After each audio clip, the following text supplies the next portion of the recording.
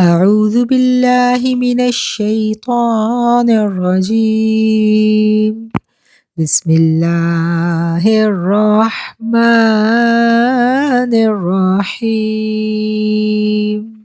ما كان للمشركين أن يعمروا مساجد الله شاهدين على أنفسهم بالكفر أولئك حبطت أعمالهم وفي النار ہم خالدون۔ مشرکین کے لیے یہ روا نہیں ہے کہ وہ اللہ کی مسجدوں کو آباد کریں، حالانکہ وہ اپنے نفسوں پر کفر کی خود گواہی دے رہے ہیں۔ یہی وہ بد نصیب ہیں کہ ان کے اعمال ضائع ہو گئے اور دوزخ کی آگ میں یہ ہمیشہ رہنے والے ہیں۔ صدق اللہ العظیم و صدق رسولہ النبی الکریم ونحن علی ذالک من الشاہدین۔ اللہم صل علی سیدنا و مولانا محمد معدن الجود والکرم منبع العلم والعلم والحلم والحکم وبارک وسلم۔ لاکھوں کروڑوں درود و سلام آقا علیہ الصلوۃ والسلام پر اور ان کی آل پر اور ان کے اصحاب پر۔ الحمدللہ۔ آج سورہ توبہ کی آیت نمبر 17 سے ہم اپنے درس قرآن کا آغاز کریں گے، اس دعا کے ساتھ کہ اے اللہ ایک مرتبہ ہمارے دلوں کو دینداری کی جانب راغب کر دینے کے بعد دوبارہ کجی اور گمراہی کی جانب مت موڑنا، دین اسلام پر زندہ رکھنا اور ایمان کی بہترین حالت میں ہمیں واپس بلانا۔ آمین ثم آمین۔ رب اشرح لی صدری ویسر لی امری واحلل عقدۃ من لسانی یفقہوا قولی ربی زدنی علما ربی زدنی علما ربی زدنی علما۔ سبحانک لا علم لنا الا ما علمتنا انک انت العلیم الحکیم۔ اعوذ باللہ السمیع العلیم من الشیطان الرجیم من ہمزہ ونفخہ ونفثہ۔ ان آیات کو سمجھنے کے لیے ہم ان آیات کے شان نزول کی جانب چلتے ہیں کہ وہ کون سے حالات تھے جب یہ آیات جو ہیں وہ نازل ہو رہی ہیں۔ ہم سب جانتے ہیں کہ خانہ کعبہ مکہ میں تھا اور مکہ میں اس وقت تک قبضہ تھا مشرکین مکہ کا بیت اللہ شریف کے اوپر، اور بیت اللہ شریف کی تمام ذمہ داریاں مشرکین مکہ سنبھالے ہوئے تھے۔ خانہ کعبہ کی خدمت کا کام، حاجیوں کی خدمت کا کام، اس کی تعمیر، اس کی حفاظت اور اس کے متولی مکمل طور پر مشرکین مکہ ہی تھے۔ خانہ کعبہ کے اندر بھی ڈھیروں ڈھیر بت موجود تھے۔ اب خانہ کعبہ کا حقیقی وارث میرے آقا علیہ الصلوۃ والسلام تشریف لا چکے ہیں، اور اب یہ اقتدار کی منتقلی کا وقت آن پہنچا ہے۔ اب اللہ نے کہہ دیا کہ میرے گھر کے متولی وہی ہوں گے جو رسول اللہ صلی اللہ علیہ وآلہ وسلم کے سچے اور سچے پیروکار ہوں گے۔ نہیں ہے یہ روا مشرکین کے لیے کہ وہ آباد کریں مساجد اللہ، اللہ کی مسجدوں کو۔ یہاں خاص اشارہ جو ہے وہ بیت اللہ شریف کی جانب ہے، اور عمومی اشارہ جو ہے وہ تمام اللہ کی مساجد جو بھی روئے زمین پر ہیں، تمام مساجد جو ہیں اس سے مفسرین کرام نے مراد لی ہیں۔ مسجد محض اللہ کی عبادت کے لیے تعمیر کی جاتی ہیں، خصوصاً مسجد حرام جس میں بیت اللہ شریف موجود ہے۔ اس لیے یہ ہرگز مناسب نہیں کہ اس کی تعمیر، اس کی مرمت، اس کی آبادکاری، اس کے انتظامات کا متولی کفار اور مشرکین کو بنایا جائے۔ لہٰذا اس آیت کریمہ میں اس امر کی وضاحت کر دی گئی ہے، اور اس حکم سے حرم کعبہ کو جو سال ہا سال کفار و مشرکین کی تولیت میں تھا، مسلمانوں کو اب اس کا متولی بنا دیا گیا، اور اور اس کا اعلان بھی کر دیا گیا۔ اور اس آیت سے ہمیں پتہ چلتا ہے کہ کفار نہ مسجد میں داخل ہو سکتے ہیں، نہ ہی اس کی تعمیر کر سکتے ہیں، اور نہ ہی وہ اس کے متولی بن سکتے ہیں۔ مساجد کے متولی اور منتظم وہی بن سکتے ہیں جو اللہ پر اور روز قیامت پر محکم یقین رکھنے والے ہوں۔ نہیں ہے مشرکین کے لیے روا کہ وہ اللہ کے گھر کو آباد کرے، حالانکہ وہ خود گواہی دیتے ہیں اپنے نفسوں پر کفر کی، اپنے نفسوں پر کفر کی گواہی دینا۔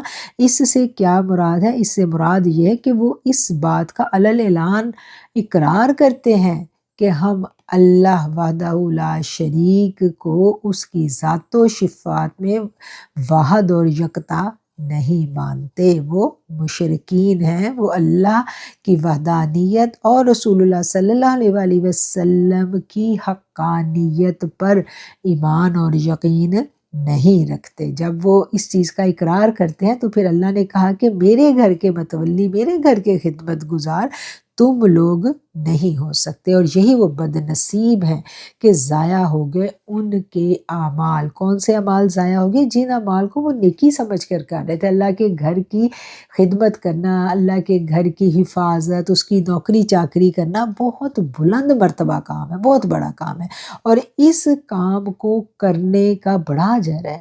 لیکن یہ تمام اجر ضائع، حبطت اعمالہم، گر گئے، ضائع ہو گئے ان کے اعمال۔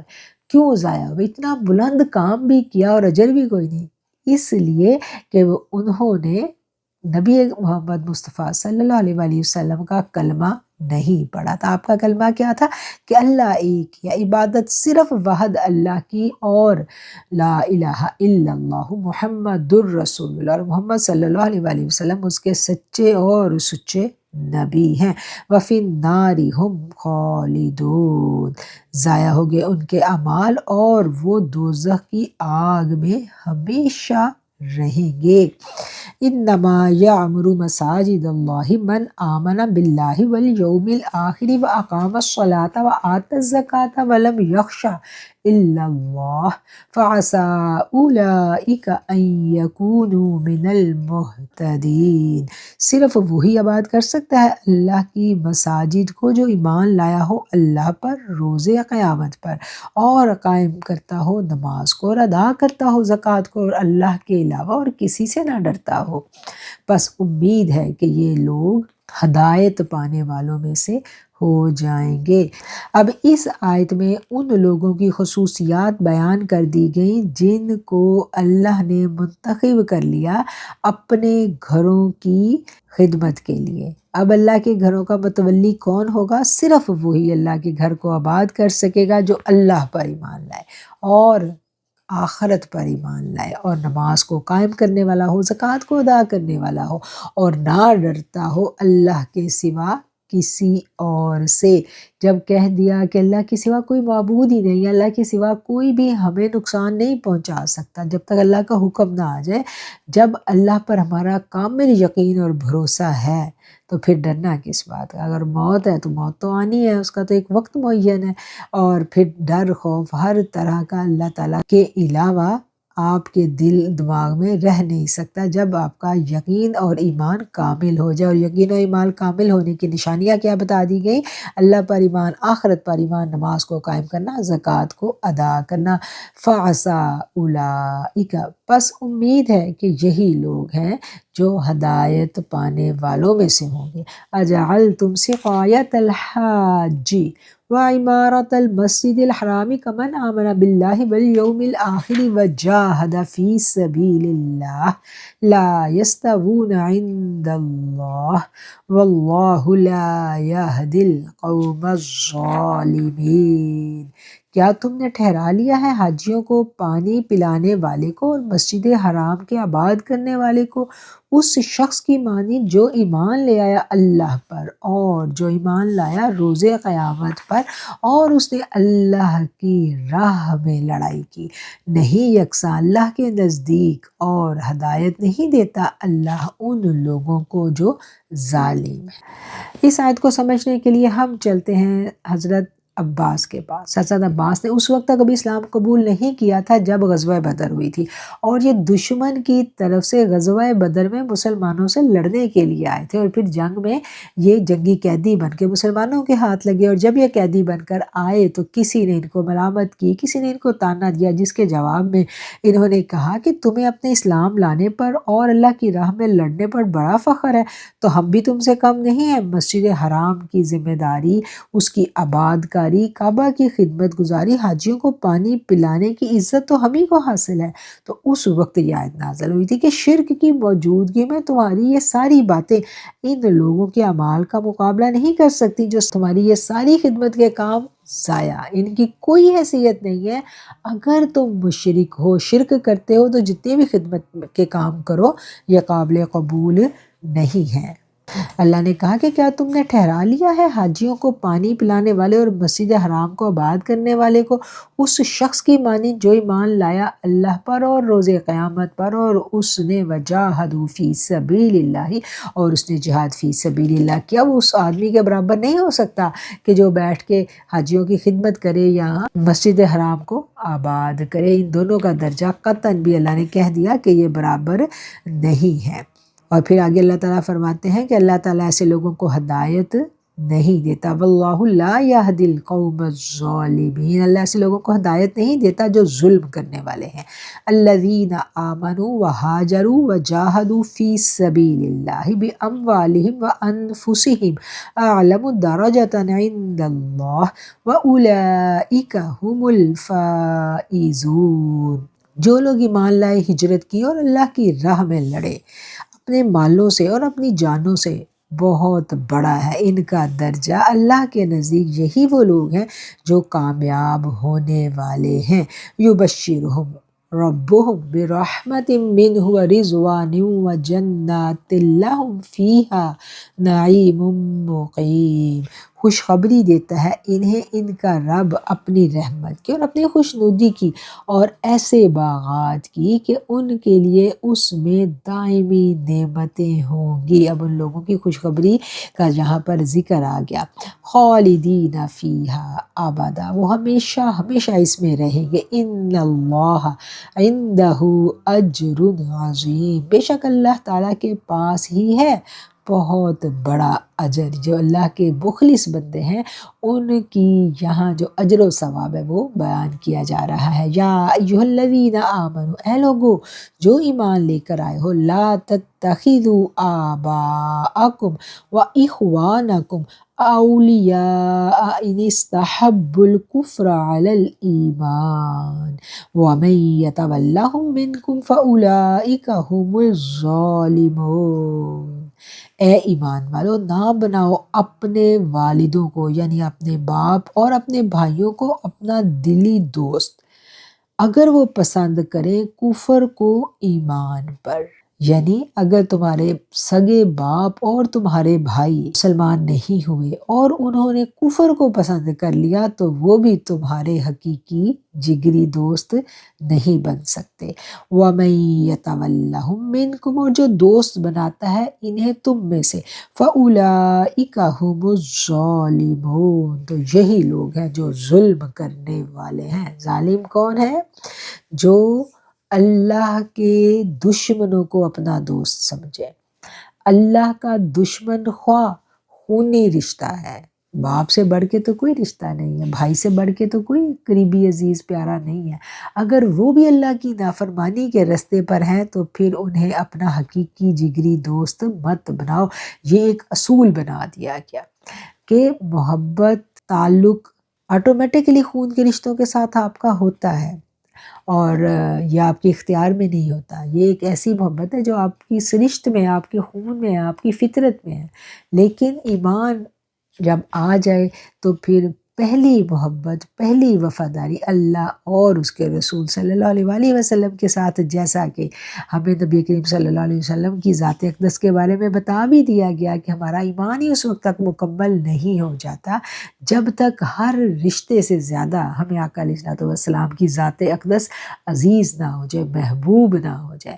اب ہر رشتے سے بڑھ کر آقا محبوب ہو جائیں تو ہمارا ایمان مکمل ہے نہیں۔ اگلی شرط بھی لگا دی گئی کہ ہمیں اپنی جانوں سے بھی بڑھ کر آپ سے جب تک محبت نہ ہو، یعنی اپنی ذات سے سب سے زیادہ ہمیں محبت ہے نا، تو اپنی ذات سے بڑھ کے بھی محبوب ہمارے لیے آقا علیہ الصلوۃ والسلام کی ذات جب تک نہیں ہوگی تب تک ہمارا ایمان مکمل نہیں ہوگا۔ اور یہاں اس آیت میں یہی ہدایات دی جا رہی ہیں کہ یہ جو رازدار اور بھروسے والے دوست جو ہے نا، وہ اگر تمہارے حقیقی خون کے رشتے ہیں لیکن وہ ایمان پر نہیں ہیں تو تم ان پہ بھروسہ نہیں کرو گے۔ قل ان کان آباؤکم وابناؤکم واخوانکم وازواجکم وعشیرتکم واموال اقترفتموها وتجارت تخشون کسادها ومساکن ترضونها احب الیکم من اللہ ورسولہ وجہاد فی سبیلہ فتربصوا حتی یأتی اللہ بأمرہ واللہ لا یہدی القوم الفاسقین۔ قل ان کنتم، قل کہہ دیجئے، مخاطب کون ہے؟ آقا علیہ الصلوۃ والسلام کو اللہ تعالیٰ کہہ رہے ہیں کہ اے حبیب، اے رسول، ان کو بتلا دیجئے، ان کو فرما دیجئے، ان کان آباؤکم، اگر تمہارے باپ، تمہارے بیٹے اور تمہارے بھائی اور تمہاری بیوی اور تمہارا کنبہ اور وہ مال جو تم نے کمائے ہیں اور وہ کاروبار اندیشہ کرتے ہو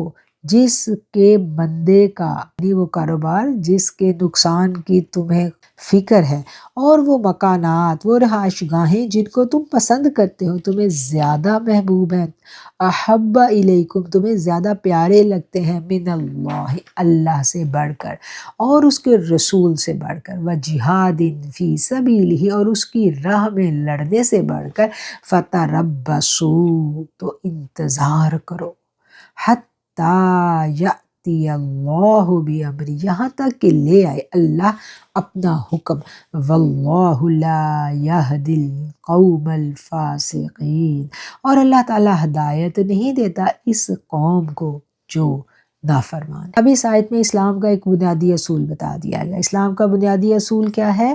اسلام کا رشتہ ایک ہی رشتہ ہے، اور وہ رشتہ کس ڈوری سے بندھا ہوا ہے؟ وہ رشتہ بندھا ہوا ہے کلمہ طیبہ کی ڈوری سے۔ جب تک لا الہ الا اللہ محمد الرسول اللہ صلی اللہ علیہ وآلہ وسلم کے پڑھنے والے اپنے آپ کو ایک ایسی فیملی تصور نہیں کریں گے، ایسے گروہ کا حصہ تصور نہیں کریں گے جن کا مقصد، جن کا مطمع نظر صرف اور صرف ایک ہوگا، اور وہ کیا ہوگا؟ وہ اللہ اور اس کے رسول کی وفاداری۔ اللہ اور اس کے رسول سے محبت ایمان کی بنیاد ہے، ایمان کی اولین ترجیح یہی ہے کہ اللہ سے محبت، اس کے رسول سے محبت، اور اس کے بعد پھر جتنے ایمان والے ہیں وہ ایک دوسرے کے محبوب دوست اور وفادار ساتھی ہیں۔ وفادار اور محبوب اور مخلص دوست صرف اور صرف ایمان والے کا وہی ہو سکتا ہے جو ایمان والا ہے، یعنی ایمان والے کا حقیقی دوست ایمان والا ہی ہے۔ کیوں؟ کیونکہ دونوں کی وفاداری اللہ اور اس کے رسول کے ساتھ ہے، اور اللہ اور اس کے رسول کو کون سے لوگ ناپسند ہیں؟ جو دھوکہ دینے والے ہیں، جو منافق ہیں۔ جو اللہ اور اس کے رسول پر ایمان لاتا ہے وہ کبھی بھی دھوکہ دینے والا منافق نہیں ہوتا، وہ ایک سچا اور کھرا انسان ہوتا ہے۔ اور ایک دوست کی خوبی کیا ہے؟ دوست وہی ہے نا جو سچا اور کھرا ہو، آپ کی خوبی اور خامی آپ کے منہ پہ بیان کرے، بیک بائٹنگ نہ کرے۔ جو آپ کا منہ پہ دوست منہ پہ آپ کی تعریف کر رہا ہے اور بیک پہ جا کے وہ آپ کے خلاف سرگرمیوں میں ملوث ہے، وہ آپ کا سچا دوست نہیں ہے۔ سچا دوست کون ہے؟ جتنا ایمان والا ہے، اور جو ایمان والا ہے وہ غیبت، چغلی، گوسپنگ ان چکروں میں نہیں پڑتا۔ اگر وہ کسی کا ساتھ دیتا ہے تو اخلاص کے ساتھ دیتا ہے، اگر اس کی طبیعت اس کے ساتھ میچ نہیں ہوتی تو وہ آرام سے، آہستگی سے اسے دوری اختیار کر لیتا ہے۔ وہ اس کے عیبوں کو بیان نہیں کرتا، وہ اس میں عیب ٹٹولتا بھی نہیں ہے، وہ اس کے بارے میں لوگوں کو بدگمان بھی نہیں کرتا۔ مومن ایسا نہیں ہوتا۔ مومن کی کیا صفات ہے؟ ویل لکل ہمزۃ لمزہ، بربادی ہے، تباہی ہے ہر اس شخص کے لیے جو تانا دینے والا اور عیب چننے والا ہے۔ عیب چننے والا اور تانا دینے والا ایک مومن نہیں ہے، اس کے لیے تو اسلام بربادی کی وعید سناتا ہے۔ اور یہاں پر بھی ایک بنیادی اصول اسلام کا بتا دیا گیا کہ جب مسلمان جو ہیں وہ اللہ اور اس کے رسول پر ایمان لے آتے ہیں تو پھر اب ان کے لیے سب سے بڑھ کر اللہ ہے اور اللہ کا رسول ہے، اور اللہ کے دین کی بنیادی جو شقیں ہیں اس پر عمل پیرا ہونا ہے۔ اللہ کے ساتھ وفاداری، رسول اللہ پر وفاداری اور اسلام کے ساتھ وفاداری، یہ بنیادی اصول ہے ایک مومن کا۔ اگر ان سب چیزوں سے بڑھ کر کوئی خون کا رشتہ آپ کو عزیز ہو جائے اور ان رشتوں کی محبت میں آپ اللہ اور اس کے رسول کے دین کے ساتھ، اس کے احکامات کے ساتھ غداری کریں تو اللہ نے کیا کہا ہے کہ پھر تم انتظار، تمہارے باپ، تمہارے بیٹے، تمہارے بھائی، تمہاری بیویاں، تمہارا کنبہ، تمہارا مال جو تم نے کمایا، اور وہ کاروبار جس کے تمہیں ڈوبنے کا اندیشہ، اور وہ تمہارے مکانات، وہ تمہاری رہائش گاہیں جن کو تم پسند کرتے ہو۔ انسان کے لیے سب سے قریبی چیزیں یہی ہیں۔ سب سے پہلے تو اس کو اپنی فیملی سے محبت ہے، اپنی فیملی کے لیے وہ کچھ بھی کرنے کو تیار ہوتا ہے، حتیٰ کہ فیملی ہی کے لیے انسان جو ہے وہ حرام، سود، یہ تمام بھی عمل جو ہے وہ اپنی فیملی کی محبت میں ہی کرتا ہے نا انسان۔ اور فیملی کے بعد سب سے پہلے تو اپنی جان آ گئی، پھر اپنے رشتے آ گئے، اور ان رشتوں کے بعد پھر اپنا مال آ گیا۔ مال بھی بڑا عزیز ہوتا ہے انسان کو، اپنے مال کو آپ کہتے ہو کہ میرا مال جو ہے وہ ضائع نہیں ہونا چاہیے، اس کی حفاظت کے لیے آپ ہر وقت کوشاں رہتے ہو۔ اور اس کے بعد اپنا کاروبار کہ میرا بزنس خراب نہیں ہونا چاہیے، اور پھر اپنے گھر جن کو ہم نے بہت اچھا سا سجایا ہوتا ہے اور جن کو ہم ایک کمفرٹیبل زون بنانے کے لیے اپنی صبح سے شام تک کی ایفرٹ لگا دیتے ہیں کہ میرا گھر جو ہے نا وہ بہت کمفرٹیبل ہو جائے اور میں اس میں آؤں تو مجھے سکون ملے۔ تو یہ ساری کی ساری چیزیں بہت اچھی ہیں، لیکن اللہ نے کہا کہ یہ ساری چیزیں اگر تمہیں زیادہ پیاری ہو جائیں، یعنی ان سب چیزوں سے محبت لمٹ میں، ساری کی ساری چیزیں ہر انسان کو بڑی محبوب ہیں، ان سب سے ہمیں بڑی محبت ہے، ہمیں اپنی فیملی سے محبت ہے، اپنے مال سے محبت ہے، اپنے گھروں سے محبت ہے، اپنے بزنس سے، اپنے روزگار سے محبت ہے، یہ سب کچھ ہمیں بڑا عزیز ہے۔ لیکن اللہ نے کیا کہا ہے؟ احب الیکم من اللہ، اگر یہ ساری چیزیں تمہیں زیادہ محبوب ہونے لگے اللہ سے، یعنی ان کی محبت بڑھنے لگے اللہ اور اس کے رسول کی محبت پر، ان چیزوں کی محبت اگر غالب آنے لگے، اور جب یہ محبت غلبہ پائے گی تو پھر کیا ہوگا؟ پھر یہ محبت تمہیں سست اور کاہل بنا دے گی۔ یہ محبت تمہیں کیا کہے گی کہ بس اب اگر اللہ کی پکار آ گئی اور اللہ کی راہ میں تمہیں نکلنا پڑ گیا تو تم نے نہیں نکلنا۔ کیوں نہیں نکلنا؟ میری فیملی کا کیا بنے گا، میرے مال کا، میرے بزنس کا کیا بنے گا؟ جیسے ایسے موقع آئے تھے نا جب ایک طرف مسلمانوں کے کھجوروں کے باغات تیار تھے، کھجوریں پکنے والی تھی، دوسری طرف رسول اللہ صلی اللہ علیہ وسلم نے اندیا دے دیا تھا، روانگی کا نکارہ بج گیا تھا جنگ کا، تو بڑے بڑے امتحانات سے تو صحابہ کو گزارا گیا نا۔ تو اگر دنیا کی چیزوں کی محبتیں اللہ اور اس کے رسول اور اس کی راہ میں لڑنے سے زیادہ آپ کو غالب آنے لگے تو اللہ نے کہا ہے کہ پھر تم انتظار کرنا، فتربصوا، تو انتظار کرنا، حتی یأتی اللہ بامری، حتیٰ کہ اللہ کا حکم آن پہنچے۔ اور اللہ تعالیٰ ظالم لوگوں کو، فاسق لوگوں کو ہدایت نہیں دیتا۔ واللہ لا یہدی القوم الفاسقین، اللہ تعالیٰ فاسق کو، نافرمان کو ہدایت نہیں دیتا۔ نافرمانی سمجھ میں آئی ہے؟ نافرمانی کیا ہے؟ نافرمانی یہ ہے کہ اللہ اور اس کے رسول کی محبت اپنی جان سے بڑھ کر، اللہ اور اس کے رسول کی اور ان کے دین اسلام کی محبت جو ہے، جب اس کے لیے ہمیں حکم دے دیا گیا کہ وہ ہر محبت سے بڑھ کے اوپر رکھنی ہے، تو جو نہیں رکھے گا پھر وہ اللہ کی نافرمانی کا مرتکب ہو رہا ہے۔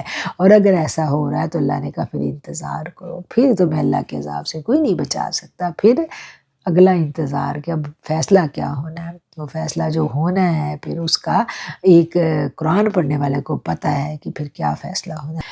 اچھا جی، یہ جو آیت نمبر 24 ہم نے پڑھی، اس آیت کو پڑھنے کے بعد ہمیں یہ پتہ چلتا ہے کہ ایک مسلمان کے لیے اولین ترجیح، اولین محبت، اولین وفاداری اس کا حق صرف اور صرف اللہ اور اس کے رسول کے لیے ہے۔ آقا علیہ الصلوۃ والسلام کی محبت اپنی جان سے بھی بڑھ کر، اللہ کے احکامات اور اللہ کی محبت اپنی جان سے بھی بڑھ کر، مسلمان سے دین اسلام کلمہ طیبہ پڑھ لینے کے بعد یہی مطالبہ کرتا ہے کہ تمہاری اولین ترجیح اللہ اور اس کے رسول ہونے چاہیے۔ حضرت علامہ ثناء اللہ پانی پتی فرماتے ہیں کہ وہ مسلمان ہی کیا جس کی طبیعت شریعت اسلامی کی پابند نہ ہو۔ چنانچہ حدیث پاک میں بھی موجود ہے کہ جب تک اللہ کا رسول صلی اللہ علیہ وسلم اولاد اور ہر چیز سے زیادہ پیارا اور محبوب نہ ہو جائے، اس وقت تک انسان مومن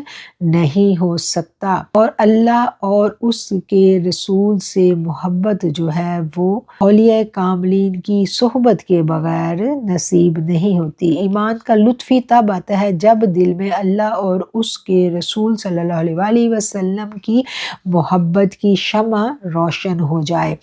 اس وقت یہ ساری کی ساری مجازی محبت کی زنجیریں خود بخود پگھل جاتی ہیں اور سارے حجابات تار تار ہو جاتے ہیں۔ پھر سگے رشتے، سگے خون کے رشتے جو ہیں وہ آمنے سامنے بھی آ جائیں تو انسان پریشان نہیں ہوتا، جس کا عملی نمونہ جو ہے وہ مسلمانوں نے دیکھا، جنگ بدر میں بھی دیکھا اور غزوہ احد میں بھی دیکھا۔ حضرت رابعہ بصری جو ہیں وہ اپنا یہ شعر پڑھا کرتی تھیں، اور یہ شعر بڑا خوبصورت شعر ہے۔ اس شعر کا ترجمہ میں یہاں پر بیان کروں گی۔ اے مولا، میں تجھ سے دوہری محبت کا سوال کرتی ہوں، ایک تو یہ کہ تو میرا محبوب ہے، اور دوسرا یہ کہ تو اس قابل ہے کہ تجھ سے محبت کی جائے۔ پہلی محبت نے مجھے ہر چیز سے بے خبر کر دیا، اور دوسری محبت کا تقاضا یہ ہے کہ حجاب سرک جائیں اور چشم شوق لذت دید حاصل کر لیں۔ اللہ اور اس کے رسول کی محبت ہر محبت پر غالب آ جائے، اس کے لیے ہمیں دعا مانگنی بھی سکھائی گئی۔ حضرت داؤد علیہ السلام جو ہیں وہ اللہ کی محبت کے لیے کیسے دعا مانگا کرتے تھے، یہی دعا جو ہے وہ ترمذی شریف کی احادیث سے ہم تک پہنچتی ہے۔ وہ خوبصورت دعا جو ہمیں مانگتے رہنا چاہیے، اللہ کی محبت پانے کا وظیفہ ہے یہ دعا۔ اللہم انی اسألک حبک وحب من یحبک والعمل الذی یبلغنی حبک، اللہم اجعل حبک احب الی من نفسی واہلی ومن الماء البارد۔ اے اللہ، میں تجھ سے تیری محبت کا سوال کرتا ہوں، اور اس شخص کی محبت کا سوال کرتا ہوں جو تجھ سے محبت کرتا ہے، اور اس عمل کا سوال کرتا ہوں جو مجھے تیری محبت تک پہنچا دے۔ اے اللہ، اپنی محبت کو میرے لیے، میری جان اور میرے اہل خانہ اور ٹھنڈے پانی سے بھی بڑھ کر زیادہ محبوب بنا دے۔ آمین ثم آمین۔ یہ اللہ کے محبوب پیغمبر حضرت داؤد علیہ السلام دعا مانگا کرتے تھے، جو دعا نبی کریم صلی اللہ علیہ وسلم نے ہمیں بھی مانگنی سکھائی ہے۔ ترمذی شریف کی حدیث میں اس دعا کا ذکر ہے، تو یہ دعا جو ہے ہمیں مانگتے رہنا چاہیے۔ تو گویا ہم نے یہ جان لیا، یہ سیکھ لیا کہ جب تک ہم اللہ اور اس کے رسول کی محبت میں خالص نہیں ہو جاتے، اس وقت تک ہمارا کوئی بھی عمل جو ہے نا وہ اخلاص تک نہیں پہنچ سکتا، کیونکہ عمل، ظاہری عمل تو ہم کرتے ہیں، لیکن اس عمل کی مقبولیت کا انحصار اس کی نیت پر ہے۔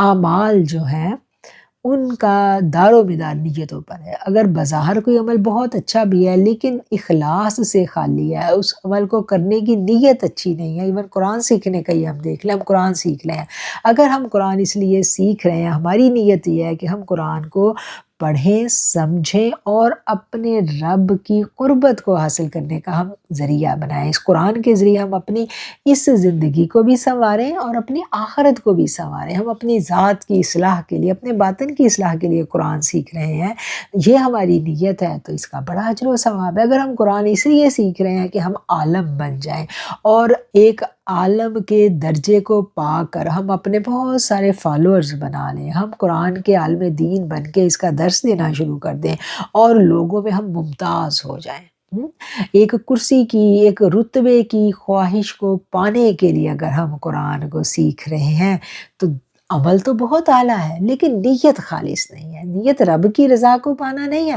نیت دنیا سے شہرت حاصل کرنا اور دنیا کے فائدے حاصل کرنا ہے۔ تو یہ عمل سیم ہے، لیکن اجر جو ہے نا، اجر فرق ہے۔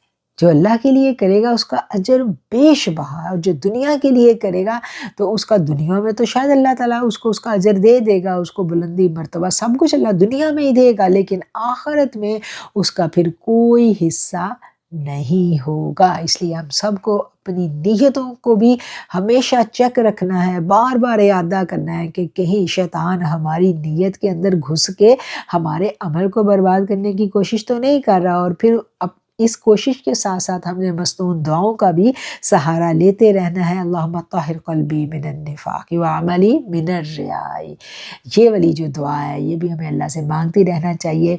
تو اس عام آیت سے ہم نے یہ سبق سیکھا کہ اللہ اور اس کے رسول کی محبت جو ہے وہ دنیا کی ہر محبت سے درجے میں بہت بلند ہے، اور ساری کی ساری نعمتیں اس محبت پر قربان، اور اس محبت پر ساری نعمتیں قربان کرنے کے لیے صحابہ کرام لمحہ بھر کو بھی نہیں سوچا کرتے تھے۔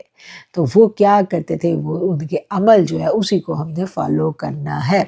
اب یہ آیت نمبر 24 جو ہے اس کو ہم نے بہت اچھا سا سمجھ لیا۔ آیت نمبر 24 کو سمجھنے کے بعد ہم آگے آتے ہیں جی آیت نمبر 25 پر۔ آیت نمبر 25 کو سمجھنے کے لیے ہم اس کے شان نزول کی جانب آئیں گے۔ فتح مکہ کے بعد مسلمان مکہ مکرمہ میں ٹھہرے کچھ دن، اور وہاں پر خوب عبادات کی، طواف کیا، اپنی حسرتوں کو خوب انہوں نے پورا کیا۔ اسی اسنا میں مسلمانوں کو اطلاع ملتی ہے کہ حوازن اور ثقیف کے قبیلے جنگ کی تیاری کر رہے ہیں۔ نبی کریم صلی اللہ علیہ وآلہ وسلم کو جب یہ اطلاع ملی تو آپ نے اپنے صحابہ کرام سے مشورہ کیا، اور آپ لوگوں نے ارادہ کیا کہ ادھر ان کی اس تیاری کا جواب دیا جائے، یعنی مکہ سے طائف جو ہے وہ زیادہ دور نہیں تھا، یہ وہی علاقہ تھا۔ انہوں نے واپس مدینہ شریف جانے کی بجائے کیا سوچا کہ یہ جو تیاریاں ہمارے خلاف کی جا رہی ہیں پہلے ان سے نبٹ لیا جائے، اور ایک لشکر جو ہے وہ تیار کرنے کا حکم دیا گیا۔ اس لشکر کی تعداد 12,000 تھی، 10,000 انصار و مہاجر صحابہ جو ہے وہ اس لشکر میں موجود تھے، اور 2,000 مکہ کے 9 مسلم، بعض مشرک بھی شریک ہو گئے۔ مسلمانوں نے جب 12,000 کا لشکر جرار دیکھا تو بعض نے دل ہی دل میں یہ گمان کیا کہ آج کوئی طاقت ہمیں مغلوب نہیں کر سکتی، کیونکہ ہم تو اتنے زیادہ ہیں تعداد میں۔ تو یہ گمان جو ہے ان کے مسلمانوں کے دلوں میں آ گیا۔ جب یہ لشکر حنین کی وادی میں پہنچا جو مکہ کے جنوب مشرق کی جانب صرف 3 میل دور ہے، تو مالک بن عوف کی قیادت میں حوازن اور ثقیف کے ماہر تیر انداز تنگ وادی کی کمین گاہوں میں چھپ کر بیٹھ رہے۔ جب مسلمان ٹھیک ان کی زد میں آ گئے تو مالک نے تیر برسانے کا حکم دیا۔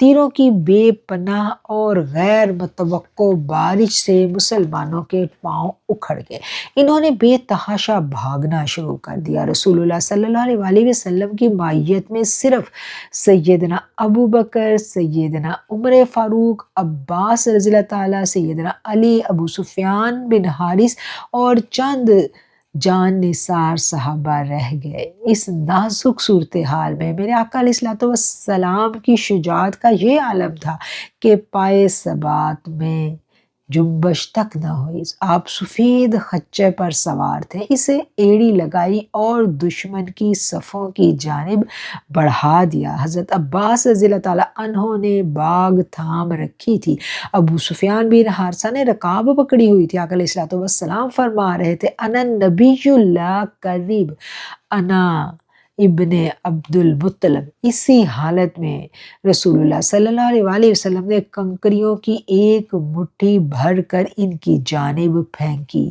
کوئی کافر ایسا نہیں تھا جس کی آنکھوں میں یہ نہ پڑی ہو۔ آسمان سے فرشتوں کا غیر مرئی لشکر بھی اتر آیا، دشمن کے پاؤں اکھڑ گئے۔ حضور کے حکم سے حضرت عباس نے بلند آواز میں مہاجرین اور انصار کو پکارا، اے گروہ انصار، جنہوں نے غریب الدیار مہاجرین کو پناہ دی اور نازک وقت میں اسلام کی مدد کی۔ اے گروہ مہاجرین جنہوں نے درخت کے نیچے محمد صلی اللہ علیہ وآلہ وسلم کی بیعت کی تھی، سن لو محمد صلی اللہ علیہ وآلہ وسلم حیات ہیں، زندہ ہیں، آؤ سب ان کے پاس جمع ہو جاؤ۔ یہ آواز سنتے ہی صحابہ کرام پروانہ وار بھاگے چلے آئے اور رسول اللہ صلی اللہ علیہ وآلہ وسلم کے ارد گرد جمع ہو گئے۔ اس طرح اللہ تعالیٰ کی نصرت سے اہل اسلام کو شاندار کامیابی نصیب ہوئی۔ یہ تھا جی غزوہ حنین کا مختصر تعارف۔ غزوہ حنین، حنین کی وادی میں لڑا گیا ایک غزوہ جس میں مسلمانوں کی تعداد بہت زیادہ تھی، 12,000، اور پہلی دفعہ اتنی کثیر تعداد میں مسلمان کسی سے جنگ لڑنے جا رہے تھے، تو ایسے میں یہ ایک فطری بات تھی، دل میں خیال آ جانا کہ آج تو ہمیں کوئی نہیں جھکا سکتا، آج تو ہم فتح یاب ہوں گے ہی ہوں گے۔ تو جو ہی یہ خیال آیا امتحان آ گیا۔ تو اس چیز سے سبق ہم نے کیا سیکھنا ہے کہ جب اپنی قوت بازو پر بھروسہ محسوس ہو اسی لمحے ہم جھک جائیں اور اس وقت کو یاد کر لیں کہ بھروسہ صرف اور صرف اللہ کی ذات پر، اسی کی ذات اقدس ہمیں ہر مشکل گھڑی سے نکال سکتی ہے، بچا سکتی ہے۔ مال و اسباب، قوت، ذہانت، ہر چیز ایک اس کے کن کی منتظر ہے۔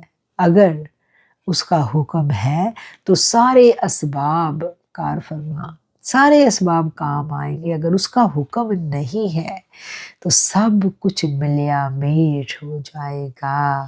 اب دیکھیں کتنا مشکل وقت آیا مسلمانوں پر، لیکن کیا تھا کہ میرے آقا علیہ الصلوۃ والسلام اور آپ کے جاندسار ڈٹے رہے، کیونکہ میرے رب نے غزوہ احد کے بعد رسول اللہ صلی اللہ علیہ وسلم کو یہ وعید دے دی تھی کہ آج کے بعد آپ جس بھی جنگ میں شریک ہوں گے اس میں مسلمانوں کو ہی فتح اور کامیابی اور کامرانی ملے گی۔ تو کیا ہے کہ اس واقعے سے ہمیں یہ پتہ چلا کہ ہر چیز کا جو اینڈ ہے، جو اس کا فائنل رزلٹ ہے، وہ اللہ کے اختیار میں، اور اللہ ظاہری اسباب کے ساتھ ساتھ ہماری نیتوں کو، ہمارے دلوں میں اٹھنے والے خیالات اور دلوں میں اٹھنے والے وسوسے اور دلوں میں اٹھنے والا تکبر سب جانتا ہے، سب جانتا ہے۔ اس لیے مان کسی چیز پر نہیں ہے، مان ہے تو صرف رب کی رحمت پر مان ہے۔ بس وہی مان، وہی پختہ یقین ہمیں ہر مشکل اور تکلیف سے نکال سکتا ہے۔ اب ہم اس آیت کو پڑھیں گے تو ہمیں اس کا ترجمہ بہت اچھا سا سمجھ میں آ جائے گا۔ اعوذ باللہ من الشیطان الرجیم۔ لقد نصرکم اللہ فی مواطن کثیرۃ ویوم حنین اذ اعجبتکم کثرتکم فلم تغن عنکم شیئا وضاقت علیکم الارض بما رحبت ثم ولیتم مدبرین۔ بے شک اللہ تعالیٰ نے تمہاری مدد فرمائی جنگی میدانوں میں اور حنین کے دن بھی، جب کہ گھمنڈ میں ڈال دیا تھا تمہیں تمہاری کثرت نے، پس نہیں فائدہ دیا تمہاری کثرت نے تمہیں کچھ بھی، اور تنگ ہو گئی تھی تم پر زمین اپنی وسعتوں کے، پھر تم پیٹھ پھیرتے ہوئے واپس مڑے۔ ثم انزل اللہ، پھر نازل فرمائی اللہ تعالیٰ نے سکینتہ۔ اب یہ آیت ہمیں بہت اچھی سی سمجھ میں آ گئی، کیونکہ ابھی ہم نے پورے کا پورا غزوہ حنین کا جو سینیریو ہے، جو اس کا پس منظر ہے، وہ سمجھ لیا ہے کہ جب اس وادی میں پہنچتے ہوئے چھپے ہوئے دشمن نے تیر پھینکے تھے تو مسلمان سٹ بٹا گئے، گھبرا گئے اور واپس دوڑے گھبرا کر۔ تو ایسے میں پھر اللہ کی مدد آئی۔ اللہ کی مدد کیا تھی کہ رسول اللہ صلی اللہ علیہ وآلہ وسلم اور آپ کے جان نثار صحابہ جم کر لڑے، اور آقا نے وہ جو مٹھی پھینکی اس کی برکت سے پھر مسلمانوں کو اللہ تعالیٰ نے فتح نصیب فرمائی۔ اور آگے اللہ تعالیٰ فرماتے ہیں ثم انزل اللہ سکینتہ علی رسولہ وعلی المؤمنین وانزل جنودا لم تروها وعذب الذین کفروا وَذَلِكَ جَزَاءُ الْكَافِرِينَ۔ پھر نازل فرمائی اللہ تعالیٰ نے اپنی خاص تسکین اپنے رسول پر اور اہل ایمان پر، اور اتارے وہ لشکر جنہیں تم نہیں دیکھ سکے، اور عذاب دیا کافروں کو، اور یہی سزا ہے کافروں کی۔ اب اللہ تعالیٰ نے خاص احسان کیا ایمان والوں پر، اور رسول اللہ صلی اللہ علیہ وآلہ وسلم نے اس تمام صورتحال کو بھانپ لیا اور آپ جمے رہے۔ یہ بڑی خوفناک صورتحال تھی، اگر ہم دیکھیں کہ آپ کے لشکر کے ساتھی ہی پلٹ کے واپس بھاگ رہے ہیں، تو یہ ایک نیچرل چیز تھی کہ ایسی صورتحال میں جو شکست ہے وہ لازمی نظر آ رہی تھی۔ اگر اللہ کی خاص مدد شامل حال نہ ہوتی، جو اللہ نے خاص ایک سکون دیا آقا علیہ السلام کو، اور آپ پر کوئی گھبراہٹ طاری نہیں ہوئی، اور نہ ہی آپ کے اصحاب کسی طرح سے بھی گھبرائے، جو جان نثار ساتھی تھے، اور رسول اللہ صلی اللہ علیہ وسلم سے بغیر کسی خوف کے، بغیر کسی ڈر کے وہ لوگ جم کر لڑے، اور پھر اللہ تعالیٰ نے ان کو فتح دی۔ ثم یتوب اللہ من بعد ذلک علی من یشاء واللہ غفور الرحیم۔ پھر رحمت سے توجہ فرمائے گا اللہ تعالیٰ اس کے بعد جس پر چاہے گا، اور اللہ تعالیٰ بخشنے والا رحم فرمانے والا ہے۔ حنین کی فتح کے بعد طائف کا محاصرہ کیا گیا، جو 18 روز تک جاری رہا۔ اس کے بعد رسول کریم صلی اللہ علیہ وآلہ وسلم جیرانہ کے مقام پر واپس تشریف لائے، جہاں سارا مال غنیمت اکٹھا کیا گیا، اور اس کو حکم خداوندی کے مطابق تقسیم فرما دیا گیا۔ اس کے بعد حوازن کا ایک وفد جو اسلام قبول کر چکا تھا حاضر خدمت ہوا، اور رحمت و شفقت کا خواستگار ہوا۔ رسول اللہ صلی اللہ علیہ وسلم نے فرمایا، میں نے اتنے روز اس مال کی تقسیم میں تاخیر کی لیکن تم نہیں آئے۔ اب مال تقسیم ہو چکا ہے، اب دو چیزوں میں سے ایک کو پسند کر لو، اہل و عیال کو یا مال و اسباب کو۔ انہوں نے عرض کی، ہم مال و اسباب کے طلبگار نہیں، ہمارے اہل و عیال واپس فرما دیجئے۔ چنانچہ رسول اللہ صلی اللہ علیہ وآلہ وسلم نے خطبہ ارشاد فرمایا کہ یہ لوگ مسلمان ہو کر ہمارے پاس آئے ہیں، ہم نے انہیں اختیار دیا ہے، چاہیں تو مال و اسباب واپس لے جائیں، چاہیں تو اپنے اہل و عیال کو آزاد کروا لیں۔ انہوں نے اہل و عیال کو آزاد کروانا پسند کر لیا، اس لیے ان کے جو قیدی میرے حصے میں اور عبد المطلب اور ہاشم کی اولاد کے حصے میں آئے ہیں، میں انہیں آزاد کرتا ہوں۔ اپنے آقا و مرشد کا ارشاد سن کر تمام انصار و مہاجرین نے بیک زبان عرض کی، یا رسول اللہ صلی اللہ علیہ وآلہ وسلم، جو قیدی ہمارے حصے میں آئے ہیں سب حضور صلی اللہ علیہ وسلم کی نظر ہیں۔ چنانچہ اس طرح دشمنوں کے اہل و عیال کو عزت و احترام سے آزاد کر دیا گیا۔ اس فیاضانہ سلوک کا نتیجہ یہ نکلا کہ اسلام سے دشمنی اور عداوت کے بھڑکتے ہوئے شعلے سرد پڑ گئے۔ رسول اللہ صلی اللہ علیہ وسلم کی دریا دلی کو دیکھ کر اسلام کے قدیم دشمن بھی اسلام کے گرویدہ ہو گئے، اور اس آیت میں اسی امر کی جانب اشارہ کیا گیا ہے۔ اس واقعے کو پڑھنے کے بعد ہم دوبارہ آیت کو پڑھیں گے۔ اب ہم آیت کے ترجمے کو دوبارہ دیکھیں گے۔ پھر رحمت سے توجہ فرمائے گا اللہ تعالیٰ اس کے بعد جس پر چاہے گا، اور اللہ تعالیٰ غفور الرحیم ہے۔ یہ والی جو آیت ہے اس کو سمجھنے کے لیے یہ جو پورا تفسیر میں سے میں نے آپ کو اقتباس پڑھ کے سنایا، ہم پر یہ واضح ہو جاتا ہے۔ ایھا الذین آمنوا انما المشرکون نجس فلا یقربوا المسجد الحرام بعد عامهم ھذا وان خفتم عیلۃ فسوف یغنیکم اللہ من فضلہ ان شاء ان اللہ علیم حکیم۔ اے لوگو جو ایمان لائے ہو، مشرکین تو نرے ناپاک ہیں۔ انما المشرکون نجس، مشرک تو بے شک ناپاک اور نجس لوگ ہیں۔ فلا یقرب المسجد الحرام، سو وہ مسجد حرام کے قریب نہ آنے پائیں اس سال کے بعد، اور اگر تم اندیشہ کرو تنگ دستی کا تو غنی کر دے گا اللہ تعالیٰ تمہیں اپنے فضل و کرم سے اگر چاہے گا، بے شک اللہ تعالیٰ خوب جاننے والا اور بڑا حکمت والا ہے۔ اچھا، مکہ فتح ہو چکا ہے، اور فتح مکہ کے بعد بھی جو مشرک تھے ان کو بیت اللہ جانے کی اجازت تھی۔ مسلمانوں کا قبضہ تھا پورے مکہ کے اوپر، مسلمان ہی مکہ کے حکمران بن چکے تھے، اور خانہ کعبہ کے متولی بھی مسلمان بن چکے تھے۔ اس کے باوجود ابھی جو لوگ شہر میں مشرکین موجود تھے، ابھی بھی وہ جایا کرتے تھے حرم کعبہ میں، اور وہ اپنے طریقے کے مطابق اپنے غلط رسومات کے ساتھ خانہ کعبہ کا طواف کیا کرتے تھے۔ اب یہ حکم آ گیا، یہ آیت نازل ہوگی جس میں علل اعلان اللہ تعالیٰ نے فرما دیا، آج کے بعد مشرکین جو ہیں وہ بیت اللہ شریف میں، مسجد حرام میں داخل نہیں ہو سکیں گے۔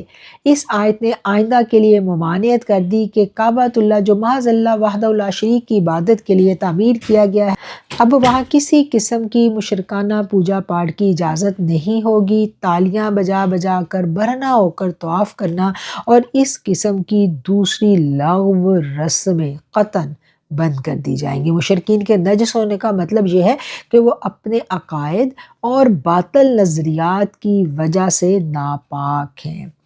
جب کفار سے قطع تعلقی کا اعلان کر دیا گیا تو بعض لوگوں کے دلوں میں یہ خیال گزرا کہ اس طرح تو ہمارا تجارتی کاروبار بند ہو جائے گا اور ضرورت کی چیزیں نایاب ہو جائیں گی، کھانے پینے کی اشیاء مہنگی ہو جائیں گی۔ اللہ تعالیٰ فرماتے ہیں کہ رزق میرے ہاتھ میں ہے، یہ خوف دلوں سے نکال دو۔ اب آیت کے پہلے حصے میں بتا دیا گیا کہ مشرکین آئندہ مسجد حرام میں داخل نہیں ہو سکتے۔ اب اس آیت میں اعلان کر دیا گیا کہ اس سال کے بعد مشرکین بیت اللہ شریف میں داخل نہیں ہو سکتے، گویا کہ یہ مسلمانوں نے قانون نافذ کر دیا، یہ مسلمانوں نے اس قانون کا اعلان کر دیا کہ اب آئندہ بیت اللہ کا حج وہی کرے گا جو مسلمان ہوگا۔ مشرکین کو بیت اللہ داخلے سے منع کر دیا گیا، قرآن نے حکم صادر کر دیا۔ اب جب قرآن کا حکم آ گیا کہ اس سال کے بعد آئندہ مشرکین خانہ کعبہ میں نہیں آ سکتے، تو اب اس آیت میں اعلان کر دیا گیا کہ اس سال کے بعد مشرکین خانہ کعبہ میں نہیں آ سکیں گے۔ اب خانہ کعبہ جو ہے مسلمانوں کے قبضے میں تھا اور یہاں کے متولی، یہاں کے خدمت گزار جو تھے مکہ میں وہ مسلمان تھے۔ اب مسلمانوں کی اجارہ داری جو تھی وہ پورے مکہ پر تھی۔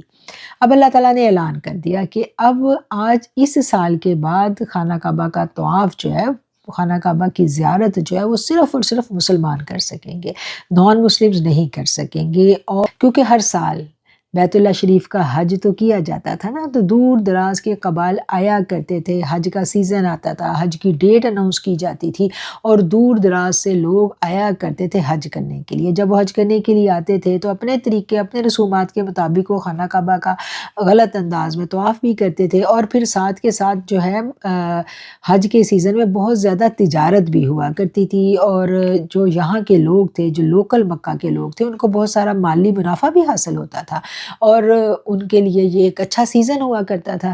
جب یہ اعلان ہوا تو ان کے دلوں میں یہ گمان پیدا ہونا فطری عمل تھا کہ اگر حج کرنے یہ لوگ نہیں آئیں گے، یعنی نان مسلمز نہیں آئیں گے، پھر ہماری تو معیشت جو ہے وہ متاثر ہو جائے گی اور کھانے پینے کی چیزیں ان کی تنگی آ جائے گی، تجارت متاثر ہوگی۔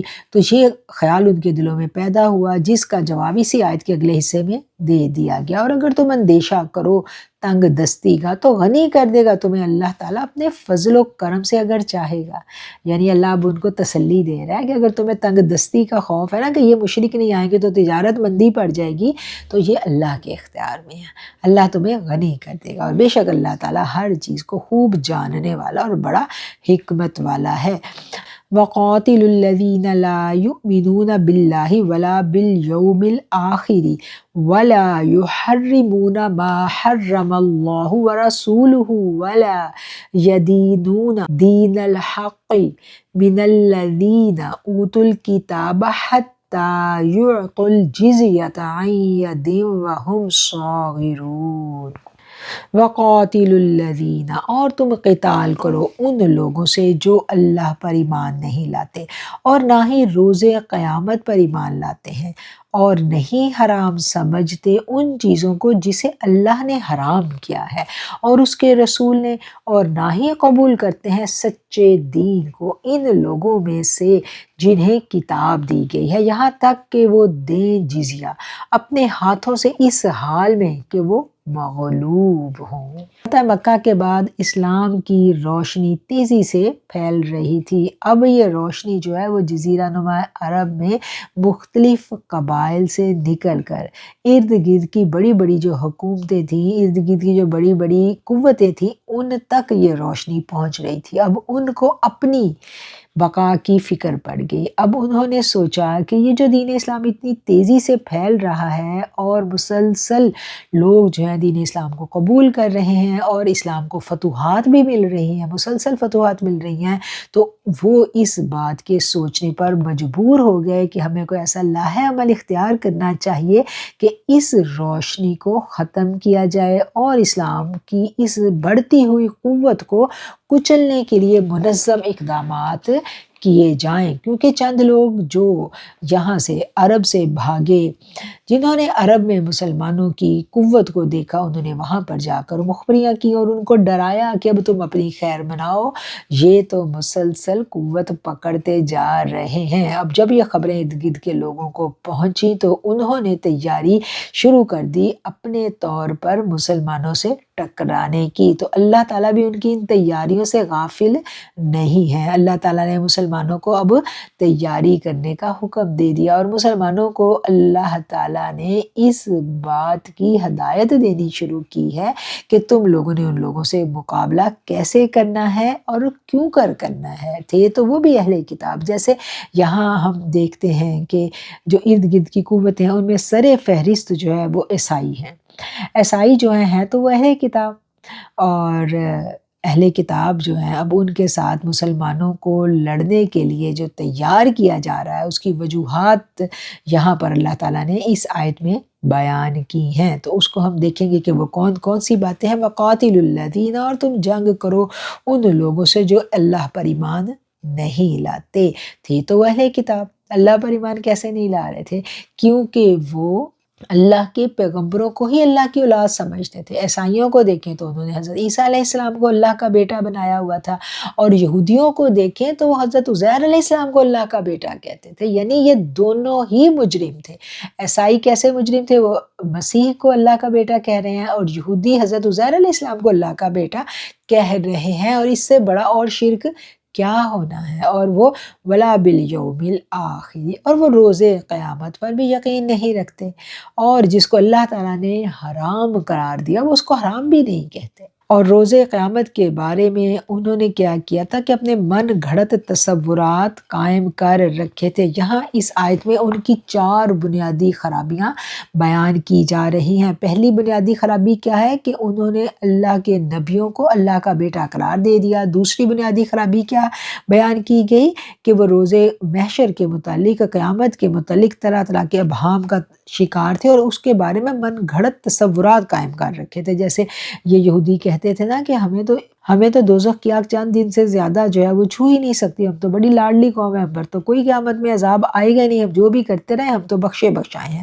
ان کی آسمانی کتابوں میں اللہ تعالیٰ نے جو احکامات نازل کیے تھے، انہوں نے ان احکامات کو اپنی خواہشات نفسانی کی نظر کر دیا تھا، یعنی اللہ کے جو احکامات تھے ان کو اپنی خواہش نفس کے مطابق بدل دیا تھا۔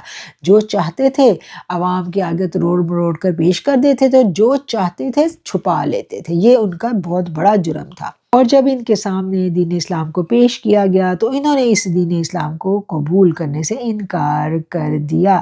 اور ایسے لوگ اگر تسلط و اقتدار کے مالک بن گئے تو ظلم و تشدد کا دروازہ کھل جاتا ہے، اس لیے اگر ان کی طرف سے حملہ ہو تو ان کے ساتھ جنگ کے لیے تم تیار رہو۔ یہاں اس تیاری کے بارے میں مسلمانوں کو حکم دیا جا رہا ہے کہ اگر ایسا ہو تو تم لوگ پہلے سے تیار ہو، اور اگر وہ صلح چاہتے ہیں تو صلح کے لیے شرط کیا رکھی گئی کہ وہ جزیہ ادا کریں گے۔ جزیہ وہ ٹیکس ہے جو کسی مملکت کے شہریوں پر عائد کیا جاتا ہے۔ جب یمن کے عیسائی اہل نجران نبی کریم صلی اللہ علیہ وسلم کی خدمت میں حاضر ہوئے، انہوں نے اسلام قبول کرنے سے معذرت پیش کی، لیکن ساتھ ہی جزیہ ادا کرنے پر آپ سے صلح کر لی۔ چنانچہ تاریخ اسلام میں یہ پہلا جزیہ تھا جو وصول کیا گیا۔ جزیہ کے عائد کرنے کی مختلف وجوہات جو ہیں وہ علماء کرام نے بیان کی ہیں، یعنی اب مسلمانوں کو وہ جزیہ دیں گے تو ان کی حفاظت کی ذمہ داری بھی اب مسلمان حکومت پر ہوگی، اور یوں یہ اصول جو ہے یہاں اس آیت میں بیان کر دیا گیا۔ آیت نمبر ہے 29، اور اسی آیت پر ہم اپنے آج کے درس قرآن کا اختتام کریں گے۔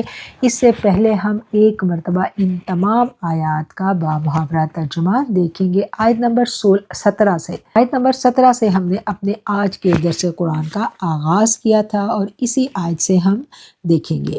مشرکین کے لیے یہ روا نہیں ہے کہ وہ اللہ کی مساجد کو آباد کرے، حالانکہ وہ خود گواہی دے رہے ہیں اپنے نفسوں پر کفر کی۔ یہی وہ بد نصیب ہیں جن کے اعمال ضائع ہو گئے، اور دوزخ کی آگ میں یہ ہمیشہ رہنے والے ہیں۔ وَفِي النَّارِ، اور یہ دوزخ کی آگ میں ہوں گے جہاں وہ ہمیشہ رہیں گے۔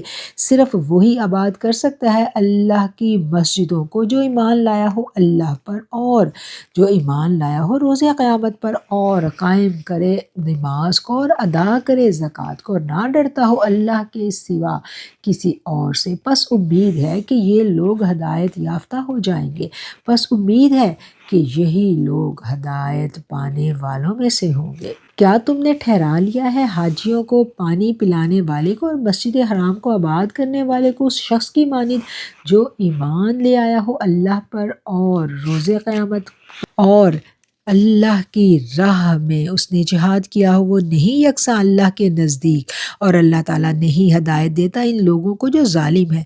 جو لوگ ایمان لائے اور ہجرت کی اور اللہ کی راہ میں لڑے اپنے مالوں سے اپنی جانوں سے، بہت بڑا ہے ان کا درجہ اللہ کے پاس۔ یہی لوگ ہیں جو کامیاب ہونے والے ہیں۔ وَأُولَئِكَ هُمُ الْفَائِزُونَ، اور یہی لوگ ہیں جو کامیاب ہونے والے ہیں۔ خوشخبری دیتا ہے انہیں ان کا رب اپنی رحمت سے اور اپنی خوشنودی کی، اور ایسے باغات کی ان کے لیے اس میں دائمی نعمت ہوگی، ہمیشہ رہنے والے ہوں گے وہ اس میں ابد تک۔ بے شک اللہ تعالیٰ کے پاس بڑا اجر عظیم ہے۔ اے ایمان والو، نہ بنا لو اپنے باپوں کو اپنے بھائیوں کو دلی دوست، اگر وہ پسند کریں کفر کو ایمان کے مقابلے میں، اور جو دوست بناتا ہے انہیں تم میں سے تو وہی لوگ ہیں ظلم کرنے والے۔ آپ فرما دیجئے، اگر ہیں تمہارے باپ، تمہارے بیٹے، تمہارے بھائی اور تمہاری بیویاں اور تمہارا کنبہ اور وہ مال جو تم نے کمائے ہیں، اور وہ کاروبار جس کے مندے کا تمہیں اندیشہ ہے، اور وہ مکانات جن کو تم پسند کرتے ہو، تمہیں زیادہ پیارے ہیں اللہ سے اور اس کے رسول سے اور اس کی راہ میں لڑنے سے، تو انتظار کرو یہاں تک کہ اللہ تعالیٰ اپنا حکم لے آئے۔ اور اللہ تعالیٰ ہدایت نہیں دیتا اس قوم کو جو نافرمان ہے۔ بے شک مدد فرمائی تمہاری اللہ نے بہت سی جنگی میدانوں میں، اور حنین کے روز بھی، جب کہ تمہیں گھمنڈ میں ڈال دیا تھا تمہاری کثرت نے، پس نہیں فائدہ دیا تمہیں تمہاری کثرت نے کچھ بھی، اور تنگ ہو گئی تھی تم پر زمین باوجود اپنی وسعت کے، اور پھر تم مڑے تھے پیٹھ پھیرتے ہوئے۔ پھر نظر فرمائی اللہ تعالیٰ نے اپنی خاص تسکین اپنے رسول پر اور اہل ایمان پر، اور اتارے وہ لشکر جنہیں تم نہیں دیکھ سکے، اور عذاب دیا تھا کافروں کو، اور یہی سزا ہے کافروں کی۔ پھر رحمت سے توجہ فرمائے گا اللہ تعالیٰ اس کے بعد جس پر چاہے گا، اور اللہ تعالیٰ غفور الرحیم ہے۔ اے ایمان والو، مشرکین تو نرے ناپاک ہیں، اے ایمان والو مشرکین تو بالکل نجس ہیں، سو وہ مسجد حرام کے قریب بھی نہ جانے پائیں اس سال کے بعد۔ اور اگر تم اندیشہ کرتے ہو تنگ دستی کا، تو اللہ تعالیٰ تمہیں غنی کر دے گا اپنے فضل و کرم سے اگر چاہے گا۔ بے شک اللہ تعالیٰ خوب جاننے والا اور بڑا دانا ہے۔ اور جنگ کرو ان لوگوں سے جو ایمان نہیں لاتے اللہ پر اور یوم آخرت پر، اور حرام نہیں سمجھتے جسے حرام کیا ہے اللہ نے اور اس کے رسول نے، اور نہ قبول کرتے ہیں سچے دین کو ان لوگوں میں سے جنہیں کتاب دی گئی ہے، یہاں تک کہ وہ جزیہ دیں اپنے ہاتھوں سے اس حال میں کہ وہ مغلوب ہوں۔ صدق اللہ العظیم وصدق رسولہ النبی الکریم ونحن علی ذلک من الشاہدین۔ الحمدللہ۔ ہم اپنے آج کے درس قرآن کا اختتام کرتے ہیں اس دعا کے ساتھ کہ جتنا بھی ہم نے پڑھا میرا مالک اس کو قبول فرمائے، اور اس میں اگر کوئی کمی کوتاہی رہ گئی تو اللہ تعالیٰ اس کو درگزر فرما دے۔ الفاظ کی ادائیگی میں، بیان کرنے میں، سمجھنے اور سمجھانے میں، تو اللہ تعالیٰ اس کو معاف فرما دے۔ آمین ثم آمین۔